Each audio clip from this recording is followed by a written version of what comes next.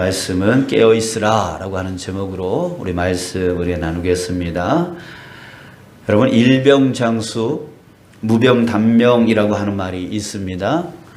한 가지 병을 가진 사람이 오래 살고요, 또 오히려 건강하게 사는 사람이 단명한다 라고 하는 뜻입니다. 저희 부모님을 보면 이 말이 100% 공감이 됩니다. 왜냐하면 어머니는 젊었을 때서부터 병치레를 좀 하셨어요. 근데 그때서부터 지금까지 꾸준합니다. 계속 그만해요. 근데 그렇게 건강하셨던 아버지를 이렇게 보면은 어느 날 갑자기 어떻게 저렇게 늙으셨지? 어떻게 저렇게 굽어지셨지? 이렇게 놀랄 때가 있습니다.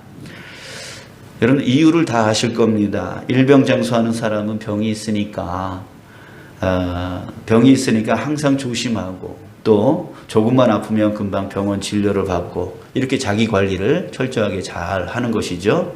자, 그런데 건강한 사람은 반대입니다. 자기가 평생 건강한 줄을 착각합니다. 그래서 조심하지 않습니다. 아픈 증세가 있어도 병원 진료를 받아보라고 해도 고집만 피웁니다. 자, 결국 그러다가 큰 병이 생겼는데도 참다가 치료대를 놓쳐버리고 결국은 죽음 가운데 나가는 경우가 많죠. 자, 오늘 예수님께서 33절, 35절, 37절에서요 3번씩이나 동일한 말씀을 하고 계십니다. 뭐라고 하시냐면, 주의하라, 깨어 있으라. 그러므로 깨어 있으라, 깨어 있으라. 자, 이렇게 깨어 있으라고 말씀을 하시는데요, 저는 이 말씀이 이렇게 외치는 소리처럼 들립니다. 일병장수 무병단명, 이렇게 외치고 있는 예수님의 음성처럼 들리는 것이죠. 여러분들 지금 예수님께서 주의하라, 깨어 있으라, 그러므로 깨어 있으라, 깨어 있으라 라고 하는 이 말씀을 하고 있을 때에 내 마음 가운데 깨어나야 되겠구나 라고 하는 그런 반응들이 일어나고 있다면, 여러분들은 지금 어떤 사람이냐면 일병장수하는 사람들입니다. 내 안에 잘못함이 있고 부족함이 있구나, 그래서 깨어나라고 하는구나 라고 하는 자기의 부족함을 보고 깨어나야 함을 아는 사람이라고 하는 것이죠. 자, 그러나 아무런 반응이 없어요. 넌 괜찮은데 나 잘하고 있는데 예수님의 이 깨어있으라라고 하는 이 말이 나에게 아무런 반응을 일으키지 못하고 있다면, 여러분들 우리는 지금 교만 가운데 있는 거예요. 난 괜찮아, 난 지금 잘하고 있어, 나는 문제가 없어, 더 이상 더 깨어날 게 없는 거야, 이렇게 생각을 하는 거예요. 무병단명. 자기가 건강한 줄 알다가 결국은 단명하게 되는 것처럼, 결국은 자기가 아무런 문제가 없다라고 생각을 하다가 결국은 심판을 받게 되어지는 것이죠. 자, 그런데 오늘 말씀을 보면서 감사한 부분이 또한 있습니다. 뭐냐면, 제가 지금 시골에 살고 있다라고 하는 게 감사하더라고요. 28절, 29절을 한번 보십시오. 무화과 나무의 비유를 배우라. 그 가지가 연하여지고 잎사귀를 내면 여름이 가까운 줄 아나니, 이와 같이 너희가 이런 일이 일어나는 것을 보거든 인자가 가까이 곧 문 앞에 이른 줄 알라. 우리들은 농사를 짓습니다. 농사는 때를 놓치면 안 되는 직업이죠. 그래서 계절에 아주 민감합니다. 그렇기 때문에 계절의 변화 현상에 대해서 누구보다 잘 알고 있습니다. 저도 시골에 살면서 농사는 짓지 않지만 이 원주 시내를 오가려고 이렇게 저 전용도를 타고 왔다 갔다 할 때마다 그 주변의 산에 그 푸른, 연한 푸른 빛이 이렇게 돌면, 벌써 봄이구나, 이제 곧 여름이겠네, 이런 생각을 하면서 달릴 때가 많습니다. 또 이파리가 이렇게 떨어지고, 그럴 때 되면 또 겨울이 오는구나, 또 추워지겠구나, 이런 생각을 하게 되어지는 거죠. 그래서 그 계절, 그 이파리의 모양들을 보면서 계속해서 그 변화가 변하고 있는 것에 대해서 깨닫고 있다고 하는 거죠. 이 도시 속에 사는 사람들은 그 부분에 있어서 약할 것 같아요. 잘 모르고 지나갈 것 같아요. 자, 그렇게 생각하려다 보니까 참 감사하다, 내가 지금 여기에 있는 것이 감사하다, 이런 생각이 들었습니다. 예수님 말씀을 다시 한번 새겨봅니다. 무화과나무의 비유를 배우라. 그 가지가 연하여 지고 잎사귀를 내면 여름이 가까운 줄 아나니 이와 같이 너희가 이런 일이 일어나는 것을 보거든 인자가 가까이 곧 문 앞에 이른 줄 알라. 이제 계절의 변화를 볼 때마다 그 계절의 변화만 우리가 생각하는 자가 아니라 이제 함께 생각해야 되겠습니다. 뭘 생각합니까? 이렇게 계절이 변하는 것처럼, 변하기 전에 이런 현상들이 일어나는 것처럼 종말에 이런 일이 일어난다고 했지. 이제 예수님이 오실 날이 가까이 왔구나. 더 정신 차리고 열심히 그날을 준비해야 되겠구나. 우리 이렇게 깨달아 나갈 수 있는 자 되어지길 간절히 소망합니다. 우리가 TV 매체를 통해서 뉴스를 볼 때마다 세상의 악함, 또 세상에 재난이 일어나고 기근이 일어나고 등등의 여러 가지 사건들이 일어나는 것을 볼 때마다 아이고 안타깝다라고 하는 그런 생각만 가지는 게 아니라 또한 죄악이 만연해져 있는 그런 모습을 볼 때마다 아니 저런 사람들은 왜 저래 라고 비판하는 것만 하는 게 아니라 그 모습들을 보면서 예수님이 오실 날이 얼마 남지 않았구나. 내가 더 열심히 잘 준비해야 되겠구나. 여러분들 우리가 그것을 깨닫는 저와 여러분들 되시기를 소원합니다. 우리가 그들을 비판한다고 그들이 변하지 않습니다. 우리가 그것을 안타까워한다고 그것이 변하지 않습니다. 그것을 우리에게 보여주시는 이유는 바로 이것을 깨달으라고요. 이것을 깨달으라고요. 우리 자신이 지금 준비해야 될 것들, 예수님이 오실 날이 얼마 남지 않았음을 깨닫고 더 열심히 준비하는 자가 되라고 하는 그것으로 깨달아 나갈 수 있는 저와 여러분들이 되셨으면 좋겠어요. 자, 그런데 여러분, 그러면 어떻게 준비해야 될까요? 예수님께서 깨어있으라 라고 말씀을 하셨는데 거기에 답이 있다라고 생각이 듭니다. 깨어있으라 라고 하는 이 말은 잠자는 곳에서 또 하지 않는 곳에서 게으른 곳에서 깨어나야 한다라고 하는 그런 말씀입니다. 자, 그런데 그 의미만 있는 게 아니에요. 깨어 있으라라고 했어요. 깨어나는 것만이 아니라 있으라. 바로 그 깨어나서 그것을 계속 유지해야 된다라고 하는 그런 의미가 그 말씀 안에 있다라고 하는 거예요. 많은 신앙인들이 영적 충만, 은혜 충만, 성령 충만을 경험합니다. 자, 그럴 때 보면 세상을 다 가진 사람처럼 기뻐합니다. 그리고 그 기쁨을 가지고 열심히 헌신하고요. 또 전도도 열심히 합니다. 정말 누구보다도 그런 때가 없는 거죠. 그 기쁨을 가지고 그렇게 합니다. 자, 그런데 그런 분들 중에 많은 분들이 조금 시간이 지나면 금방 식어버립니다. 그 헌신이 식어버려요. 그 열심이 식어버려요. 전도도 하지 않아요. 기쁨을 잃어버려요. 결국 그 영적 충만, 은혜 충만, 성령 충만을 계속 유지하지 못하는 것입니다. 근데 유지하지 못할 뿐만 아니라 오히려 이전보다 더 안 좋은 상태로 빠질 때가 더 많습니다. 왜 그런가 하면 여러분 장작이 불에 붙었다가 꺼지게 되어지면 원래 장작의 모습으로 돌아가는 게 아닙니다. 어떻게 되죠? 숯덩이, 잿덩이가 되어집니다. 쓸모없게 되어진다는 얘기죠. 은혜 체험을 한 사람이 은혜가 식어버리면 원래 상태로 돌아가는 것이 아니라 영적 교만의 상태에 빠져버리게 되어집니다. 은혜로 살 때는 기쁨과 헌신의 삶을 살아갑니다. 자, 그런데 은혜가 식어져 버리면요, 그 삶은 사라져 버리고 뭐만 남느냐면 은혜 받은 경험만 남게 되어집니다. 그래서 이런 사람들은요, 이런 말들을 많이 해요. 내가 옛날에 이런 말들을 많이 해요.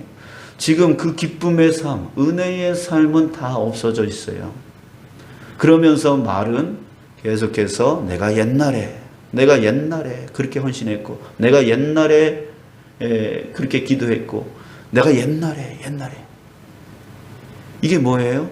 결국 삶이 따르지 않은 은혜의 경험은 결국은 교만입니다. 영적 교만입니다. 그러면서 자기가 최고로 은혜 받았을 그 옛날에 그때를 기억하면서 지금의 사람들을 비교 폄하하는 거죠. 너는 왜 기도 안 하니? 너는 왜 헌신 안 하니? 라고 하면서 그렇게 남을 빗대고 남을 비판하는 도구로 사용하는 거예요. 이게 영적 체험 후에 식어버린 자의 모습입니다. 여러분들, 저와 여러분들이 그런 거 안에 지금 빠져 있지 않나. 우리 다시 우리 자신을 돌아봐야 되는 것이죠. 자, 그러니까 어떻게 보면 잠자는 영이 깨어나는 것도 중요하지만 그 깨어난 영을 계속 식지 않게 유지하는 것은요, 더욱더 중요한 것이에요. 그래서 예수님은 깨어나라 라고만 말씀하신 게 아니라 깨어 있으라, 깨어 있으라, 이 말씀을 하고 계시다라고 하는 거예요. 자, 그렇다면 여러분, 어떻게 우리가 유지할 수 있을까요? 자동차를 한번 생각해 봤습니다. 자동차의 역할을 하려면 어떻게 해야 될까요? 먼저 시동을 켜서 깨어나야 되겠죠? 예, 시동을 켜야 됩니다. 자, 그리고 그 다음부터는 이 차가 계속, 그 달리는 역할을 계속 할 수 있도록 어떻게 해야 돼요? 연료를 주입시켜야 되고, 또, 겉으로, 망가진 게 안 보이더라도 계속 점검을 해야 돼요. 언제, 어디서 어떤 일이 발생할지 모르잖아요. 그러니까 정기적으로 점검을 계속 해야 되는 것이죠. 그리고 혹이라도 점검해서 망가진 부분이 있으면 수리를 분명하게 해야 돼요. 제가 예전에 말씀을 드렸습니다.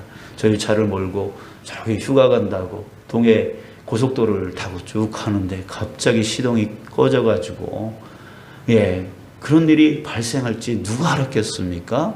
그런데 저는 온 가족이 생명을 잃을 뻔한 아찔한 순간을 겪게 되어지는 것이죠. 여러분, 우리가 깨어나서 유지하기 위해서 이 자동차처럼 계속해서 움직이기 위해서 연료를 주입시켜야 됩니다. 한 번 주입해서는 안 되는 거예요. 계속 주입시켜야 되는 거고, 또 정기적으로 계속 멀쩡하더라도 점검을 해야 돼요. 그리고 망가진 거 있으면 반드시 빨리 고쳐야 됩니다.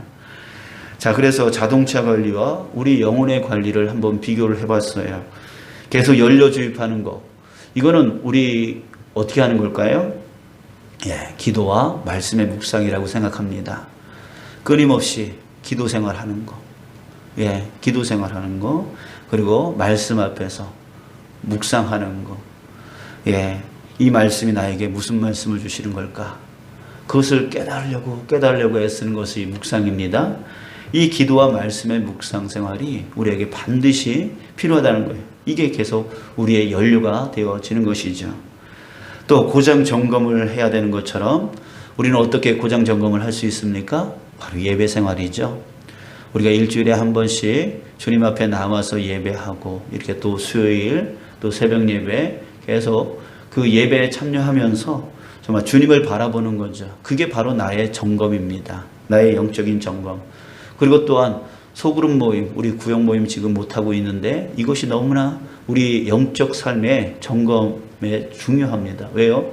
다른 사람과 영적인 교제, 말씀의 교제를 나누면서 그 사람이 어떤 신앙생활을 하면서 우리 자신을 돌아보게 되어져요. 나는 무엇이 부족한가, 무엇이 연약한가, 이것을 볼 수가 있게 되어지는 거예요. 그래서 나 자신을 점검하는 것에 정말 우리가 영적인 교제, 소그룹 모임이 상당히 중요하다라고 생각을 합니다. 또 가속 엔진 오일 교체, 우리 엔진이 망가지지 않기 위해서는 엔진 오일을 계속 교체를 해줘야 되는데요. 자, 엔진 오일 교체를 위해서 우리 영적으로는 어떻게 해야 될까요? 바로 설교를 듣고 성경 공부를 하고 또 부흥회와 기도회 같은 그런 것에 참여를 하는 거죠.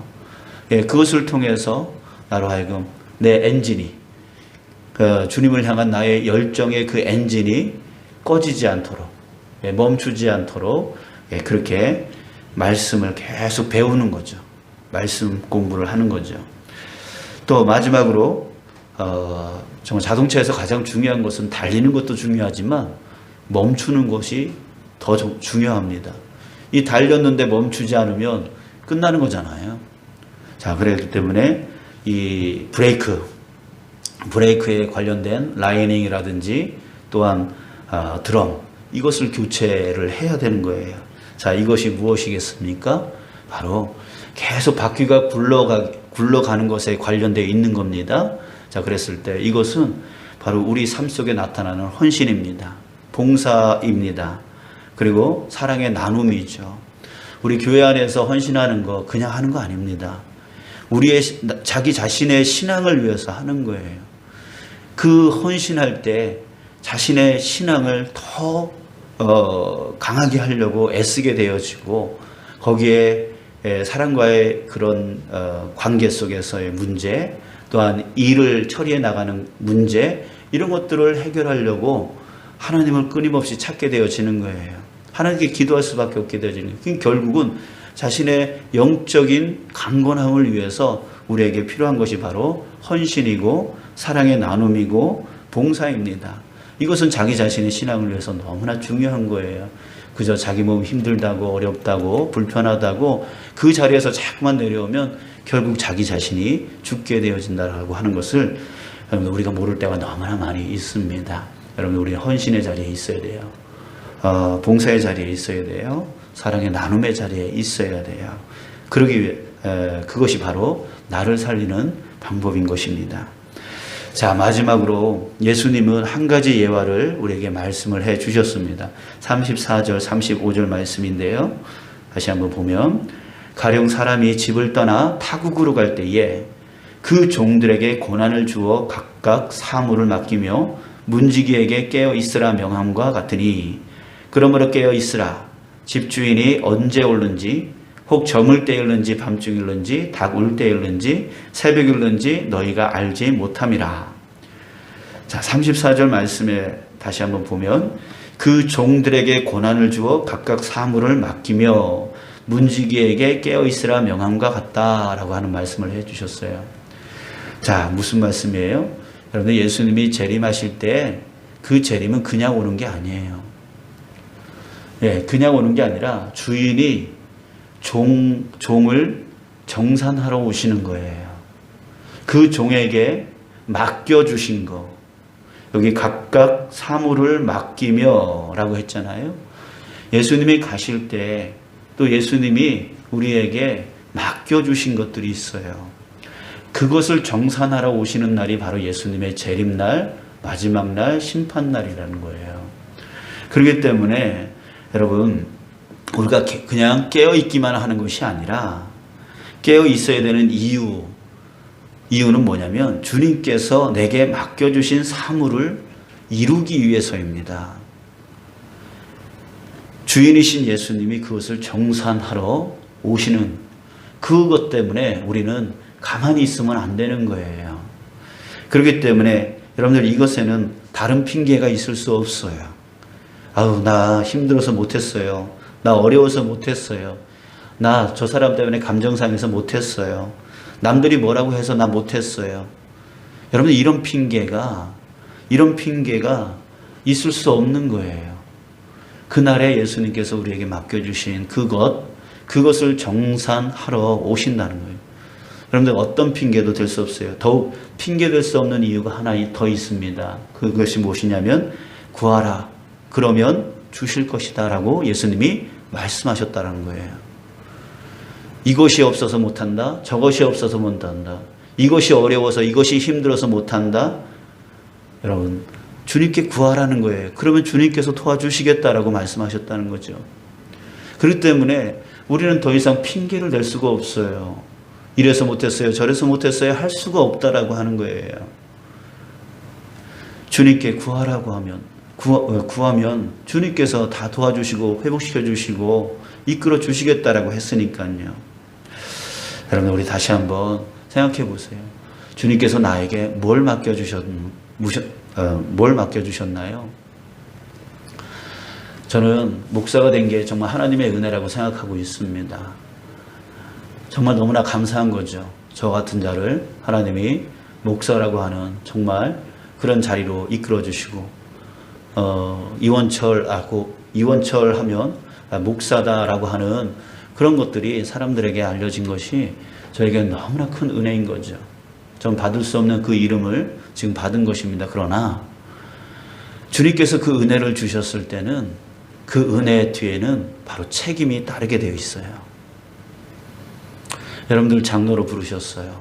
권사로 부르셨어요. 사모로 부르셨어요. 집사로 부르셨어요. 은혜이죠. 나와 같은 자를 어떻게 이런 자리로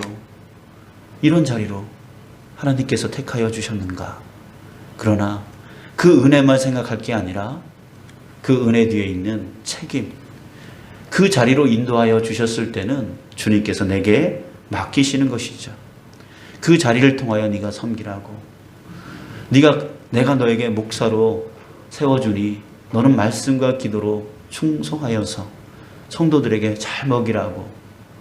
내가 너를 장로로 세우니 너는 가장 낮은 자리에서 온전히 섬기고 헌신하여 믿음의 본을 보이라고. 내가 너를 권사로 세우니 너는 그 영혼들을 돌보고 그 영혼들이 세워질 수 있도록 도와달라고. 이렇게 은혜를 주신 그 이면에는 그 책임을 맡겨주신 거예요. 그 책임을 다하는, 그 책임을 다하려 할 때 내 능력이 부족하고 내 힘이 부족하고 이런저런 어떤 사건과 어떤 사람 때문에 하지 못할 그런 상황 가운데 있을 때 구하라. 그럼 내가 너에게 줄게. 찾으라. 그럼 찾게 해줄게. 두드리라. 그럼 내가 너에게 채워줄게. 그러면서 주님을 찾게끔 주님께 구하여 다시 새 힘을 얻어서 그 역할을 잘 감당하여 정말 그 마지막 날에 다시 보자라고 하는 그 말씀을 우리에게 주신 거 아니겠습니까? 사랑하는 여러분, 우리 주님께서 내게 맡겨주신 것을 다시 돌아볼 수 있고 그날이 가까이 오면 가까울수록 우리가 더욱더 열심으로 충성하여 나갈 수 있는 저와 여러분들 되시길 축복합니다. 하나님이 나를 자녀로 삼아주신 그 권세만 생각할 것이 아니라 그 자녀된 책임까지 있다라고 하는 것을 우리가 생각하시면서 우리가 뒤로 물러나고 나태함 가운데 게으름 가운데 나가는 것이 아니라 영적 교만 가운데 빠지는 것이 아니라 다시 깨어나서 그것을 유지하기 위하여 애써 나가고 더욱더 우리에게 맡겨주신 그 은혜의 자리에서 책임을 다해 나갈 수 있는 저와 여러분들 되시길 주님의 이름으로 축복합니다. 자, 이 시간 우리 주님께서 구하라라고 했습니다. 오늘 말씀을 들으시면서 저도 부담스럽고 여러분들도 부담스러울 겁니다. 일을 어떡하나. 우리 그런 마음 들 수가 있습니다. 그러나 구하라. 그러면 줄 것이다 라고 주님께서 말씀하신 것에 우리 의지했으면 좋겠어요. 그래, 우리 주님 앞에 내게 필요한 것, 그 주님께서 맡겨주신 그 사무, 주님께서 맡겨주신 그 사명 감당하기 위해서 주님 나에게 이것이 필요합니다. 주님 도와주십시오. 주님 채워주십시오. 주님 이끌어주십시오. 건강이 필요하다면 여러분들 건강을 구하셔도 됩니다. 물질이 필요하다면 물질 구하셔도 됩니다. 주님께서 맡겨주신 것을 내가 이루기 위해서 그것이 필요하다라고 한다면 왜 하나님이 채워주시지 않겠느냐라고 하는 것이죠. 여러분들 오늘 다 구하십시오. 나로 주님 앞에 그 사명을 감당하지 못하게 방해되어지는 그 모든 것들 그거 다 이기게 해달라고, 그래서 이것 채워달라고 저것 채워달라고 우리 주님 앞에 구하는 기도 우리 함께 하기를 원합니다. 기도하겠습니다.